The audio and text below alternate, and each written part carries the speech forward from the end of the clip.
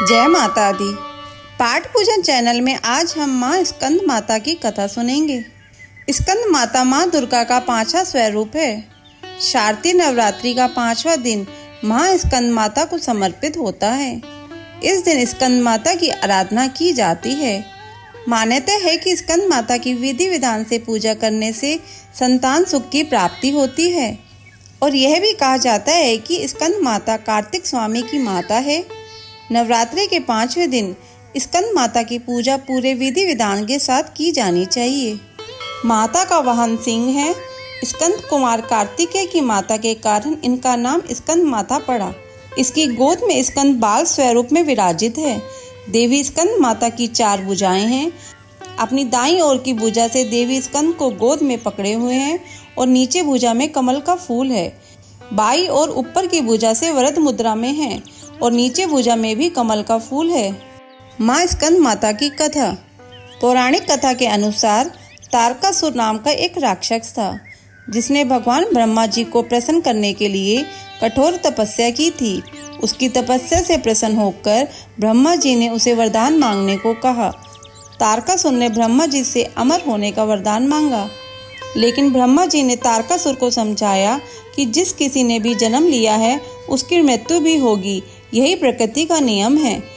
इस पर तारकासुर ने भगवान शिव जी के पुत्र के हाथों मृत्यु का वरदान मांग लिया, क्योंकि तारकासुर को लगता था कि शिव तो सन्यासी हैं, वो कभी विवाह नहीं करेंगे, ऐसे में उनका पुत्र भी नहीं होगा और उसकी मृत्यु भी नहीं होगी।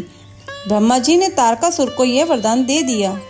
वरदान मिल जाने के बाद तारकासुर ने अत्याचार करना शुरू कर दिया। सभी देवता राक्षस से परेशान होकर शिव जी के पास पहुंचे। फिर शिव जी ने माता पार्वती से विवाह किया, जिसके बाद भगवान शिव के पुत्र कार्तिकेय का जन्म हुआ। कार्तिकेय जी ने बड़ा होने पर राक्षस तारकासुर का वध किया। कार्तिकेय जी को स्कंद भी कहा जाता है, इसलिए भगवान स्कंद यानी कार्तिकेय की माता होने के कारण देवी दुर्गा को स्कंद माता भी कहा जाने लगा। नवरात्रि के 5वें दिन स्कंद माता की पूजा की जाती है। सबसे पहले इस दिन स्नान करके और साफ कपड़े पहने पूजा की जगह पर स्कंद माता की तस्वीर या प्रतिमा को गंगा जल से स्नान कराएं। एक कलश में पानी लेकर उस कलश में कुछ सिक्के डालें और चौकी पर रख दें। स्कंद माता को रोली कुमकुम लगाएं, फूल और नैवेद्य अर्पित करें। अब स्कंद माता की श्रद्धा भाव से आरती करें। स्कंद माता को केले का भोग जरूर लगाएं। माता को श्रृंगार का सामान चढ़ाएं। पंचमी तिथि के दिन पूजा करके भगवती दुर्गा को केले का भोग लगाना चाहिए और यह प्रसाद ब्राह्मण को दे देना चाहिए। ऐसा करने से मनुष्य की बुद्धि का विकास होता है। ऐसी मान्यता है कि स्कंद माता की पूजा करने से जिन लोगों को संतान प्राप्ति में बाधा आ रही हो, उनकी इच्छा माता पूरी करती है। आदि शक्ति का यह स्वरूप संतान प्राप्ति की कामना पूर्ण करने वाला माना गया है। स्कंद माता की पूजा में कुमार कार्तिकेय का होना जरूरी माना गया है।